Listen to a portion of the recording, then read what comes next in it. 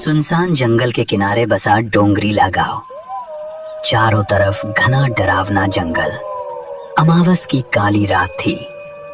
पूरा गांव एक अजीब सी खामोशी की चादर में दबा पड़ा था। बस दूर जंगल से कहीं कुत्तों के भौंकने की और सूखी हवा के पत्तों की आवाजें सुनाई दे रही थी। इसी गांव के बीच में बसा था एक छोटा सा घर, जिसमें भोला और उसकी पत्नी सुमन रहती थी। उस रात जब भोला रात में जंगल लकड़ी लाने जा रहा होता है। सुनो जी, आज अमावस की रात है और इस रात में भी आप लकड़ी लाने जंगल जा रहे हो। आज आप लकड़ी लाने जंगल मत जाओ, मुझे बहुत डर लग रहा है। अरे वो सुमन, तुम डर क्यों रही हो? अगर मैं लकड़ी लाने जंगल नहीं गया तो हमारे घर का खर्चा कैसे चलेगा? तुम चिंता मत करो, मैं जल्दी लकड़ी लेकर जंगल से आ जाऊंगा। पत्नी ने इतना समझाकर भी भोला रुका नहीं। वो अपनी कुल्हाड़ी हाथ में लेकर इतने रात को जंगल लकड़ी काटने निकल जाता है। दूसरी तरफ उसी गांव के बीचों बीच पुराने बरगद के नीचे बनी रामू की चाय की दुकान से धीरे धीरे बुझती अंगारों की रोशनी में चमक रही थी। उसी चाय की दुकान पे बैठे थे गांव के 4-5 लोग। उनमें रामू, मोहन, गोपाल और गांव के सबसे बूढ़े शंकर काका भी बैठे थे। अरे आज ये कुत्ते इतना क्यों भौंक रहे बे? पूरा गांव इन कुत्तों की आवाजों से डर रहा है। मन्ने तो लग रहा है कोई आत्मा पिशाच बाहर घूम रहा है। अमावस की रात है ना आज? हाँ, आज अमावस्या की रात है और आज की रात जंगल में जाना मतलब अपने ही सिर पे लाठी मारने जैसा होगा। आज छलावा रास्तों में भटकता है।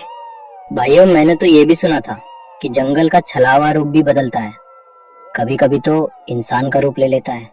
सब लोगों की बातें चल ही रही थी कि उतने में दूसरी तरफ से भोला अपने एक हाथ में कुल्हाड़ी और दूसरे हाथ में एक लालटेन लेकर आने लगता है। लालटेन की कांपती लौ में धीरे धीरे भोला आगे आ रहा था। तभी चाय की दुकान पे बैठे शंकर काका बोले, अरे भोला, कहाँ चला इतनी रात को? आज अमावस्या की रात है। ये रात बिल्कुल ठीक नहीं है बेटा। पागल हो गया है क्या भोला? कौन आदमी अमावस की आधी रात को जंगल में लकड़ी काटने जाता है? रामू, अगर मैं लकड़ी लाने जंगल नहीं गया तो मेरे घर का खर्चा कैसे निकलेगा? इसी वजह से मेरा काम रुकता नहीं। घर में चूल्हा जलाना है, उसके लिए पैसा लगता है। पैसों के लिए मुझे मजबूरी में लकड़ी लाने जंगल जाना पड़ता है। हर रोज मेरी पत्नी सुमन मुझे उस जंगल में जाने के लिए मना करती है, लेकिन मैं उसकी बात नहीं मानता। मत जा भोला, आज अमावस की रात है। जंगल में आज कोई इंसान नहीं, बल्कि वो छलावा घूमता रहता है। इतने में एक जोरदार ठंडी हवा चली। लालटेन की लौ एकदम लहराई और जैसे किसी ने पास में ही हंसकर फुसफुसाया हो। सबके रोंगटे खड़े हो गए, लेकिन भोला डरा नहीं। वो अपनी कुल्हाड़ी लेकर आगे बढ़ गया। भोला चाय की दुकान से आगे निकल चुका था। गांव की आखिरी बाउंड्री पार होते ही वो सुनसान डरावने जंगल का रास्ता शुरू हो जाता है। रात का अंधेरा और भी भयानक हो गया था। पेड़ों की टहनियां हवा में हिल रही थीं। जंगल की आवाज ऐसी आ रही थी कि मानो किसी इंसान की आवाज हो। भोला रुक जाता है। कौन है? कोई है तो सामने आ जाओ। पर जवाब सिर्फ सन्नाटा। तभी अचानक उसे दिखा एक परछाई आगे पेड़ से उतरकर खेत की तरफ चली गई, धीरे मगर इंसान जैसी चाल में। भोला ने हिम्मत की और बोला, कौन है रे? गोपाल तू है क्या? अगर कोई गांव का आदमी मेरे को डरा रहा है तो मैं डरने वाला नहीं हूँ। सीधे तरीके से मेरे सामने आ जाओ, नहीं तो मेरे हाथ जो कुल्हाड़ी है उससे मैं तुम्हारा सर धड़ से अलग कर दूंगा। तभी वो काली परछाई वापिस आने लगती है और वो कोई और नहीं बल्कि भोला की पत्नी सुमन थी। भोला का दिल धक से रह गया। अरे सुमन, तू इस भयानक डरावने जंगल में इतनी रात को क्या कर रही हो? मैंने तुमको बताया था कि मैं घर जल्दी लौट आऊंगा।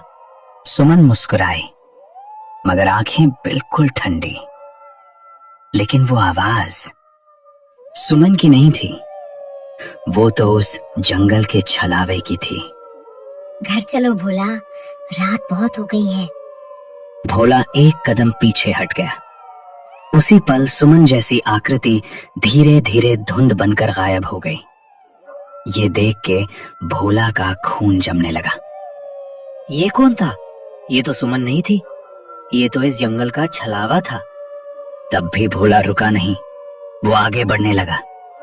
जंगल के रास्ते से भयानक डरावने डरावने आवाजें आनी शुरू हो गईं। थोड़ी देर बाद भोला जंगल के बीच आ चुका था। अब उसको पीछे लौटने की हिम्मत नहीं हो रही थी, आगे जाने का डर अलग। अचानक उसे अपने पीछे किसी के चलने की आहट आई।